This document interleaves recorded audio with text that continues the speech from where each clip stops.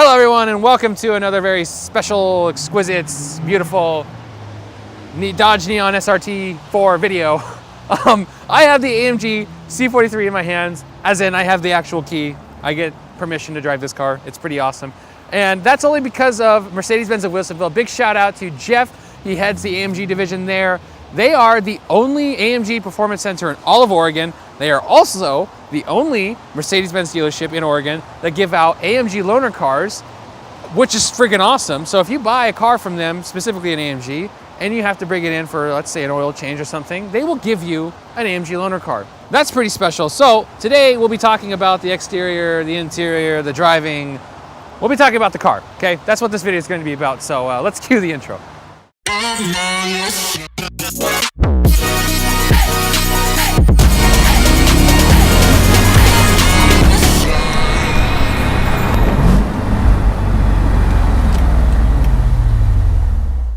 So before we hop in the seat of this and go driving, I just wanted to bring up a couple of points on the exterior. I'm not gonna go super in depth on like the philosophy of the design and how they designed this in a wind tunnel and how the lines and all that stuff. I just really want to bring up 2 points. Number one, I feel like they did a good job making this thing look good, because sometimes when manufacturers have a sedan and a coupe version of a car, they just like kind of lop the end off of the sedan to create the coupe, and it's kind of an afterthought. With this, I feel like they intended the C-Class to be a sedan and a coupe. So kudos to them, this thing looks great. The second thing I wanted to bring up, the headlights. The headlights are awesome, they look good. I feel like they're a nice centerpiece to the front end of the car. But not only that, but they perform exceptionally well. They turn with the steering wheel, they have the automatic high beams and all that, and they work really well. I've driven some cars with LED headlights where they just don't seem like they're any better than any other headlight, but these are good. I don't know if there's anything magical happening, but it's a good headlight. So those are the only 2 points I want to make on the exterior. So let's go on to the interior. So on the interior of the C43, these AMG performance seats, I mean, if you're gonna be buying a C43 or a C63, just get them. There's no reason not to. These things are phenomenal. I feel like a big person can fit in here, and my wife, who's a small person, also fit quite nicely. I don't know, maybe a medium person, maybe on the larger side, and these seats just fit. The carbon fiber trim, I like it. Don't get me wrong, it's a great piece of trim here, but like, why isn't it anywhere else? Like, there's like brushed silver here or aluminum or whatever it is, and it's brushed metal here, and there's like the shiny metal here, and then right here on the center console. Like, why couldn't we do carbon fiber here and here? I don't know, small gripe, but when you're charging, let's see here, $1,300 for carbon fiber, I would expect to at least have a little more, just a little more. But otherwise, the interior of this thing is pretty much just any other Mercedes. I mean, you have your seat controls on the door panels, which is kind of like, why isn't everybody else doing that? It makes so much sense having them here. You have the round vents, which I quite like. I think in 2014, they started going to these like on the S-Class, and then they kind of adopted the design language to all the other cars, which I think was a really smart idea, because the interior on the S-Class is phenomenal, and you kind of get a taste of that in the C-Class. And the thing I like about the interior on this car too is it's upgraded leather with red stitching. So you get the red stitching on the steering wheel, on the dashboard, on the seats, and it ties in nicely because you have the red engine cover and you have the, these red seat belts in case you miss those. And it's just a nice option to have. I think it just ties everything together, makes it feel a little bit more premium. So enough about the interior. Let's get this thing on the road. I know you guys want to see what it can do. It's raining right now, but to be quite frank, I think this car is going to do just fine.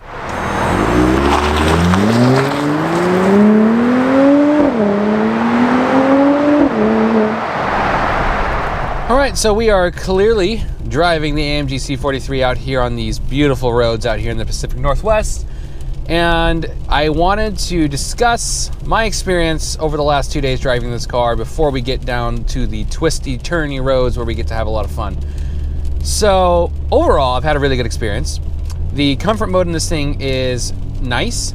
I will say that the suspension does still feel stiff, but it's not unbearable. It's definitely daily drivable. My father-in-law, who took a trip with me up to Longview the other day in this thing, had no complaints about the ride quality. In fact, he praised the AMG Sport seats, which normally he complains about most everything in brand new cars, but he liked the ride quality, so that says something.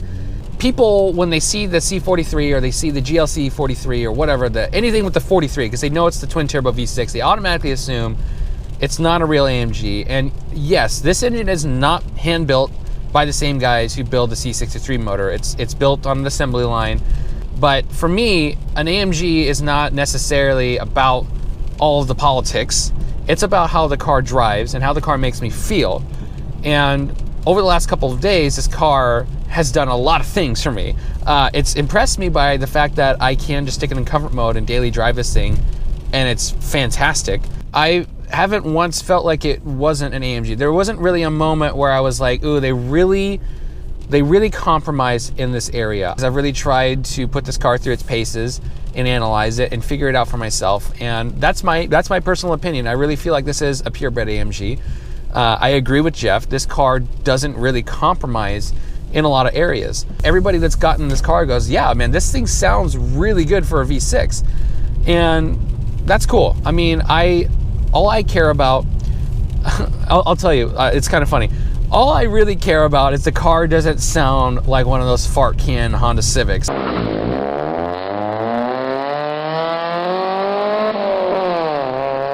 And I hate to throw the Honda guys under the bus. Not all of them sound that way, but that's just one of the most annoying sounds to me.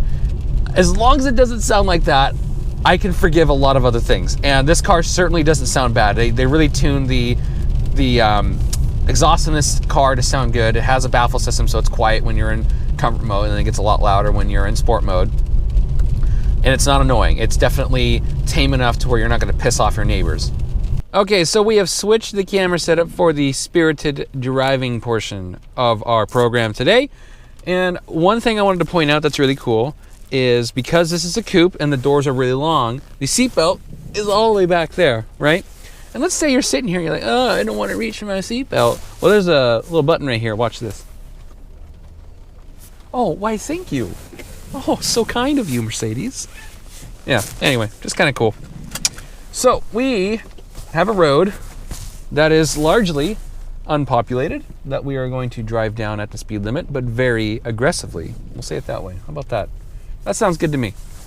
So we are in comfort mode right now because I am a wuss and I don't like driving around in Sport Plus. It's just a little too harsh for me.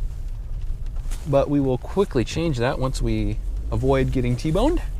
So I don't know if you can hear right now, but the car is largely quiet. You can hear a little bit of the exhaust out of the back, but it's pretty tame. Definitely livable. Get on it a little bit. Yeah. So you don't really hear a lot of the motor, and that's fine. That's the way it should be in comfort mode. But you can hear enough to where you're like, oh yeah, now I remember. I'm in an AMG. I remember now. There's enough noise there. Now, what we'll do here is switch into Sport Plus. I'm still in automatic mode, by the way. So already the throttle response is different. They definitely put a little bit more power in the first 20% of the pedal versus in comfort mode.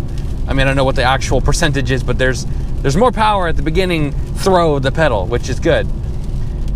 And it just it downshifted 2 gears, so I don't know what gear we're in right now, but it definitely is holding the revs a lot higher. Now I'm going to switch to manual mode, which is done by a button down here, and downshift.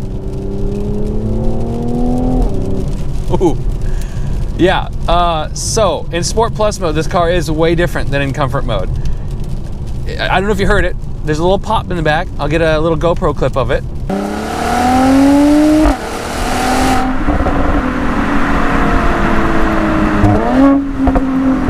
But it sounds really good. I mean, I'm not lying to you guys. This thing sounds really good for, I don't want to say for being a V6. I want to say it just sounds good in general. But here we go. We've got some corners, so let's take these a little bit more aggressively.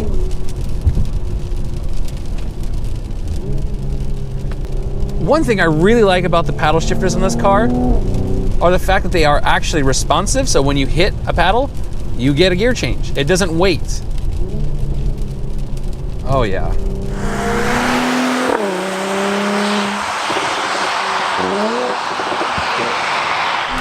And on the brakes, downshift.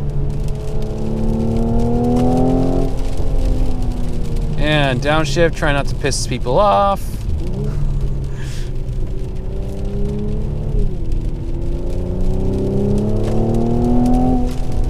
On the brakes, man, yeah, even in the rain, and I'm not pushing this car super hard, I don't feel like I'm going to lose control. I never felt back there that the tires were slipping and that I was going to suddenly careen off into a ravine, which is obviously a good thing. Now, we were in normal traction control mode, but if we hit this button here, we are now in, oh, I guess I gotta hit it a little harder. There we go. Now we're in sport handling mode, and Jeff told me that sends more power to the rear wheels. So let's try that out.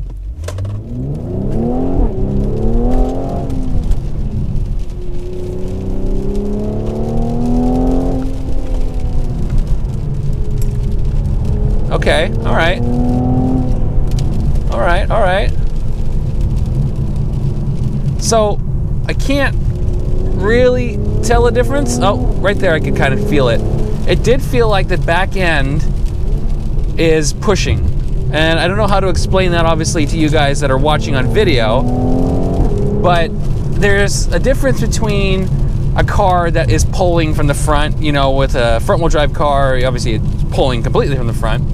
With this car and its normal sport or normal handling mode, I think it's sending a lot of power to the front wheels, and you can definitely tell the difference. But in this sport handling mode, I don't know, it just feels like there's more power going to the back. And hopefully Jeff can explain to me exactly how much power is going to the back, but it feels like it's a significant amount. Right here, I'm gonna do a little launchy launch. Hopefully nobody cares.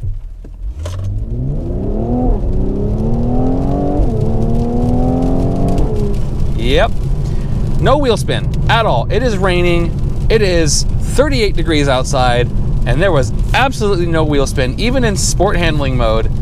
I am impressed. Now, it's 362 horsepower. It's in my E55, which has 350 horsepower. That thing would not hook up in the rain. Even with all seasons, it will just spin. So the fact that this thing has 12, maybe 20 more horsepower, because let's be honest, my car probably doesn't have 350 anymore. And the fact that it hooked without wheel spin, that's pretty cool. That's, I mean, obviously the power of an all-wheel drive system. It's not like it's magic, but the fact that even in these corners, this car is not really, it's not really losing any grip. I don't feel like it's understeering or wanting to kick the back end out a whole lot, which if you're the kind of person who doesn't want to kill themselves in a car, this might be a great option for you, especially if you live in a climate like this where it's raining a lot or maybe it snows. You know, this is a great potential option for you. Oh, that's a stop sign. Well, I hope you guys liked this video. This is really my first car review, like official car review. I've done ones on my own cars, but they were more like, why did I buy this car? I didn't really feel like those were reviews. So that's exciting. I've always kind of dreamt about doing this. This is not the only video I'll be posting on this car. There'll be another one coming to my YouTube channel, and I will also be making a video for Mercedes-Benz of Wilsonville, so stay tuned for that. And if you like this video, thumbs up. If you didn't, thumbs down. Comment down below what you think about the car, what you think about my reviewing skills. Obviously not very good. I can't even speak English. And yeah, give me suggestions for future videos. Hopefully we'll be working with Mercedes-Benz of Wilsonville in the future with, you know, other cars. If they like this one, if they don't, watch it and go, nah, this guy, we're not using him anymore. Hopefully that doesn't happen. Anyway, and hopefully you enjoyed this video. I'm going to stop talking, and I'll catch you guys in the next video.